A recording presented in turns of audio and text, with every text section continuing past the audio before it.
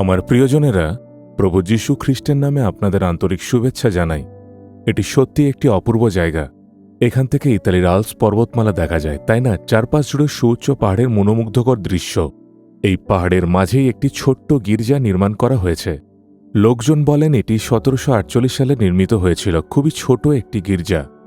এখানে একসঙ্গে মাত্র 10 থেকে 15 জন বসে উপাসনা করতে পারেন। মনে হয় এলাকার ছোট্ট খ্রিস্টীয় সম্প্রদায় এখানে একত্রিত হয়ে উপাসনা করেন। গির্জার পেছনে রয়েছে অপরূপ পাহাড়ি প্রাকৃতিক দৃশ্য, আর সেই সৌন্দর্য দেখতে অনেক পর্যটকও আসেন। কিন্তু একটি গির্জা আসলে কি নির্দেশ করে? এটি ঈশ্বরের উপস্থিতির প্রতীক। প্রথম করিন্থীয় তার 1:9 আমরা পড়ি, ঈশ্বর বিশ্বাস্য, যাহার দ্বারা তোমরা তাঁহার পুত্র আমাদের প্রভু যীশুখ্রিস্টের সহভাগিতার নিমিত্ত আহুত হইয়াছ। পবিত্র শাস্ত্র বলে আমরা প্রভু যীশুখ্রিস্টের সঙ্গে সহভাগিতায় আহ্বান পেয়েছি। আপনার এবং আমার জীবন হওয়া উচিত যিশুর সঙ্গে সহভাগিতার জীবন। আমি কি আপনাদের বারবার বলিনি প্রভু যিশুর সঙ্গে চলতে? যিশুর সঙ্গে চলার অর্থই হল তাঁর সঙ্গে সহভাগিতায় থাকা এবং নিজের জীবন তাঁর সাথে কাটানো। দুজন মানুষ যখন একসঙ্গে হাঁটে তখন কি তারা পরস্পরের সঙ্গে কথা বলে না?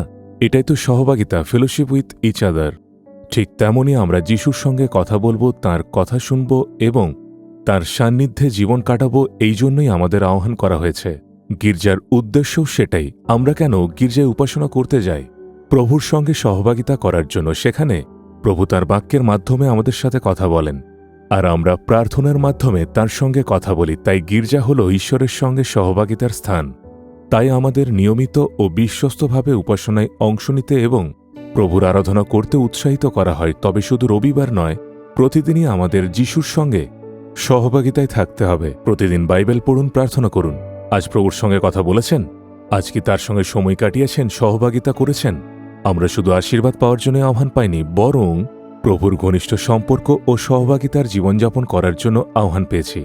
এই কারণেই যিশু আমাদের জন্য ক্রুশে নিজেকে উৎসর্গ করলেন, মৃত্যুকে জয় করে পুনরুত্থিত হয়ে প্রতিজ্ঞা করলেন, আমি তোমাদের সঙ্গে আছি। প্রার্থনা করি, প্রভু যিশু, তোমার সঙ্গে সহভাগিতায় আহ্বান করার জন্য ধন্যবাদ।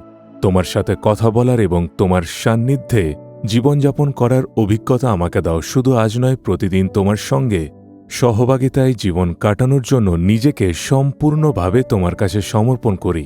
এই প্রার্থনা প্রভু যীশু খ্রিস্টের নামে চাই। Amen, amen. Jesus redeems Bengali YouTube চ্যানেলটি সাবস্ক্রাইব করুন,